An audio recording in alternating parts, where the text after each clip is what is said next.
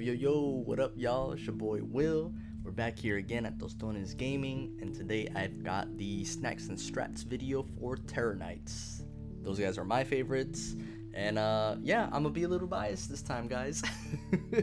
If you're new to the channel, welcome to the channel. I'm currently doing a Let's Play of Tactics Ogre using the One Vision mod. The link is in the description below, so you can download that. It's amazing. Fixes a lot of stuff that was not necessarily wrong with the game, but I wasn't really too much of a fan.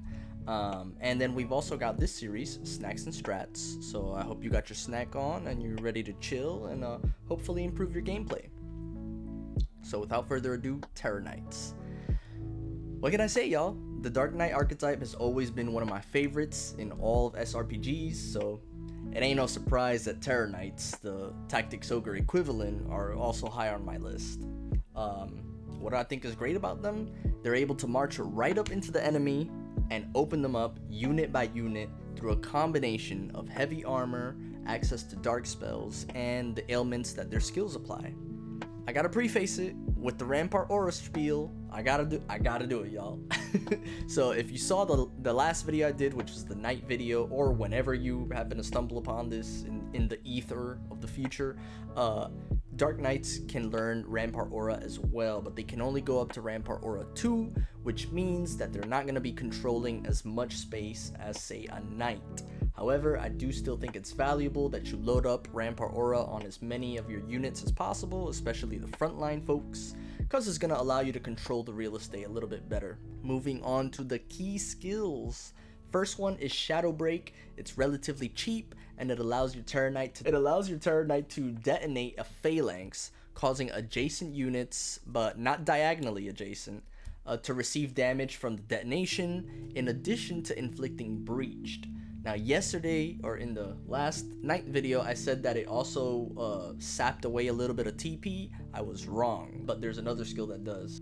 It's a great way to trigger the beginning of the end for a unit, especially one that you isolated from their squad by placing a phalanx behind them with your knight. After it's all said and done, now that unit has less HP,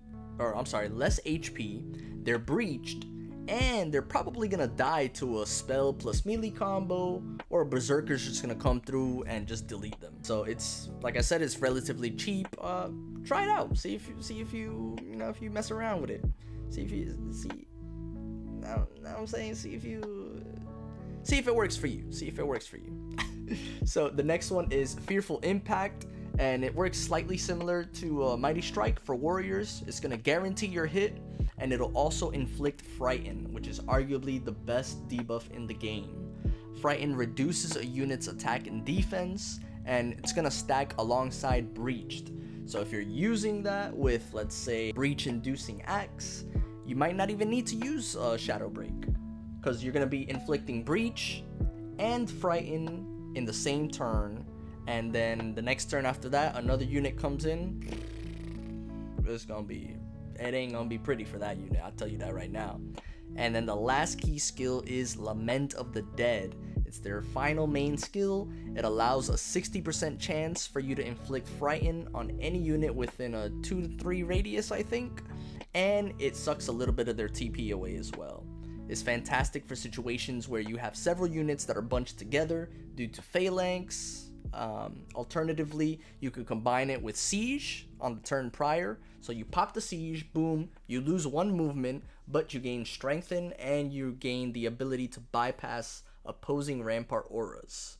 So you can use that on the previous turn, boom, you walk into the crowd, and then you just let off a Lament of the Dead.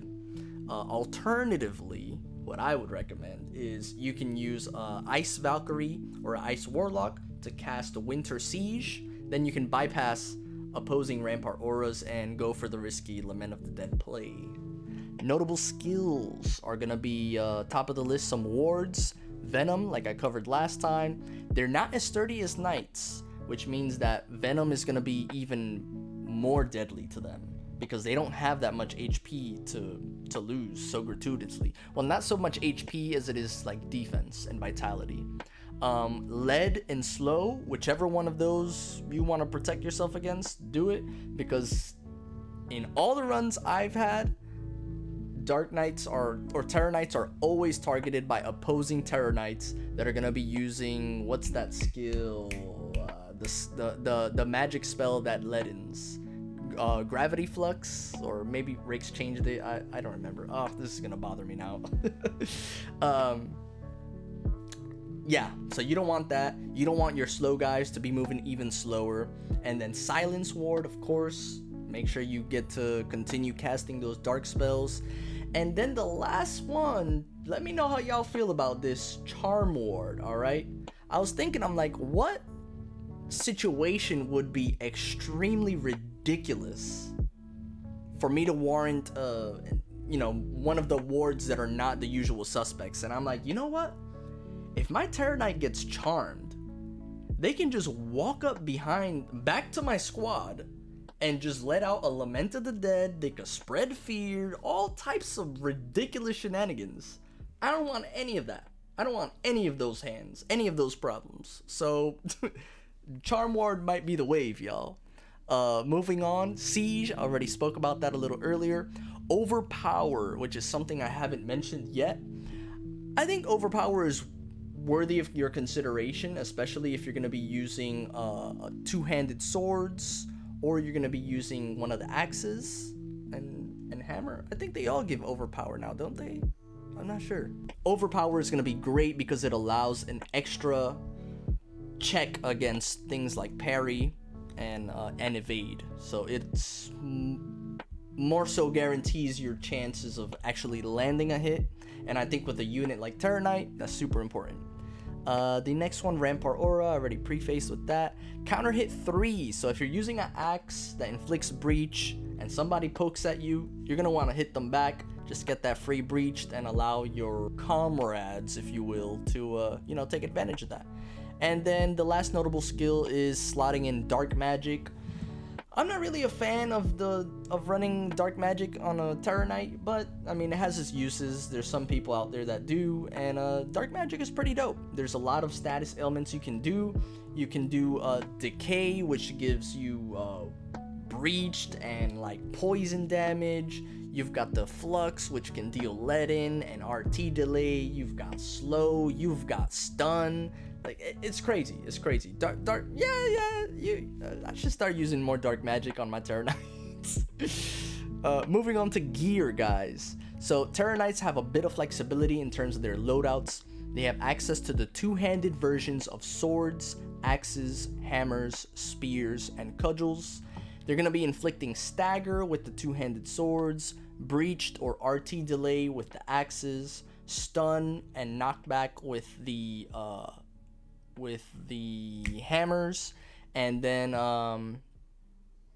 with the spears, they're just going to be having a bit of extra range on their attacks, and the potential for a 2-for-1 frighten when you activate Fearful Impact. Personally, my favorite weapon is the axe with breached or RT delay. I tend to lean over towards breached, but in the video, I think I've got everyone running a RT delay axe or something like that. For helmets, you're going to want a helmet that boosts mind, aka accuracy, especially if you're going to be using those dark spells. Otherwise, you could use armored leggings and a heavy armor to increase their survivability. They can use light armor, but I wouldn't really recommend it, to be honest. Let's see, where else? Yeah, so like I was saying, they can take a hit. They do have a little bit of HP, but careful not to get jumped or bombed with magic, because they just start melting away, apparently. I don't know, that's what I've always experienced with them. For your accessory, you can't go wrong with really anything, but I'd lean towards a resistance ring to stave off magic attacks, or a mind ring to increase your own magic accuracy.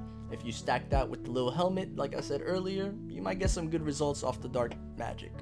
If magic isn't your thing with them, then strength and vitality rings are there to help you deal a little bit more damage or take a couple more hits.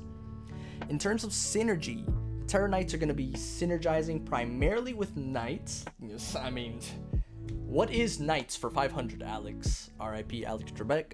But anyways, they're going to be synergizing with Knights or pseudo-Knights that gain access to Phalanx skills. So something like a Hoplite. Shoutouts to you in the comments who mentioned that yesterday. That was dope. I had forgotten all about Hoplites.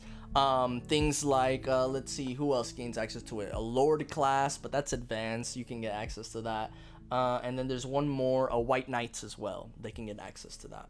So you can pair Terror Knight with any one of those units, and you're going to see some mileage. They're best used to deal damage or set the stage for something like a monster or a berserker to slice through units like butter. And once you have fear on units, you can afford to get a little bit more riskier with your squishies, like melee rogues, in order to deal a little bit more damage without any fear of retaliation. But be careful of TP generation, because that could bite you in the butt. And final thoughts. Guys, Terror Knights are freaking amazing. Just go use them, make a whole squad of Terror Knights, and you won't lose a single battle in the game, I promise. Don't take my word for that.